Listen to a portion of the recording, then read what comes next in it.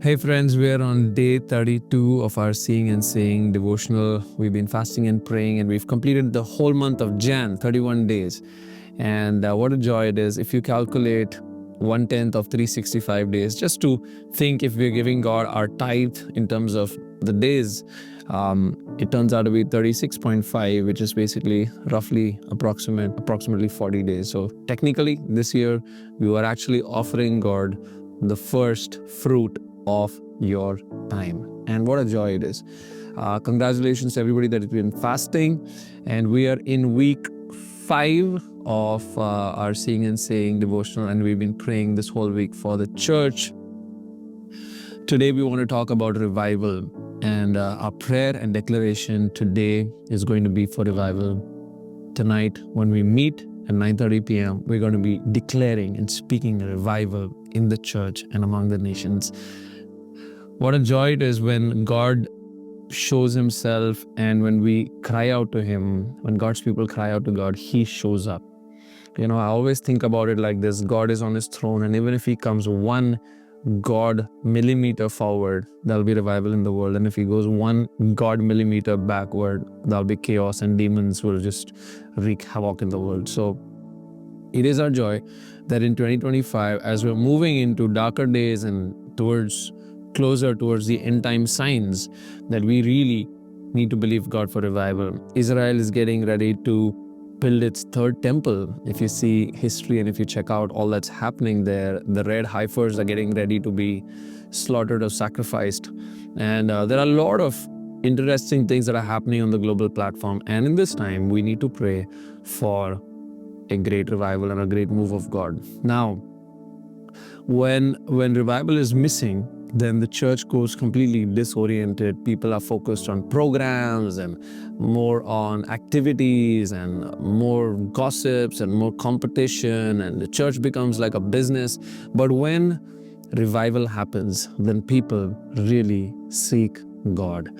There's a hunger, a renewed passion and a hunger for God. And that is our prayer, that this whole year, and I'm sure many of you, part of this fasting season, have been experiencing a renewed hunger in God, in just seeking the Lord, just praying, just fellowshipping with him. Maybe you don't enjoy those same parties anymore, you don't enjoy the same company, and our prayer is that God's people would be drawn into this revival, because when the church experiences revival, then the world will be drawn and sucked up like a magnet into that revival.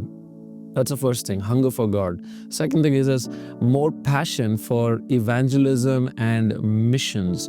When we start thinking about other people, and out of that joy and overflow that we're experiencing in God, we start talking about him more and more at our workplace, at the bus stop, with people that need help. We start praying for people on the street, and that again is the overflow of revival in an amazing way. Thirdly, the church is called for signs and wonders. The church has always been a place of power demonstration.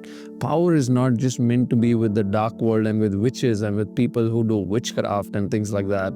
The Bible from Genesis to Revelation displays God as a supernatural God. He affects things. And so when revival hits, there's increased miracles, signs, miracles, wonders, along with repentance. People are repenting as well. And many times the signs and miracles and wonders are a reason for awe and wonder and repentance. People go like, oh my goodness, God is in our midst.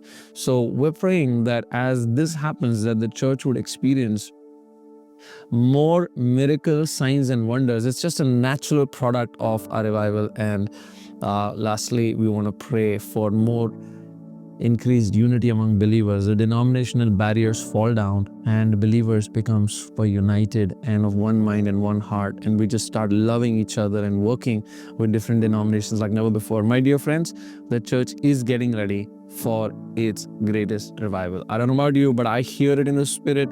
I see the signs. And the greatest sign this year is that the Lord has invited us into fasting, and not just us, but if you look on YouTube, there are so many people that are fasting and praying in this season. So it's going to be a great year. It is going to be a year of revival. So get ready, get excited, and I'll see you at 9:30 p.m. at the devotion this evening to pray and to speak that revival into the atmosphere. God bless you.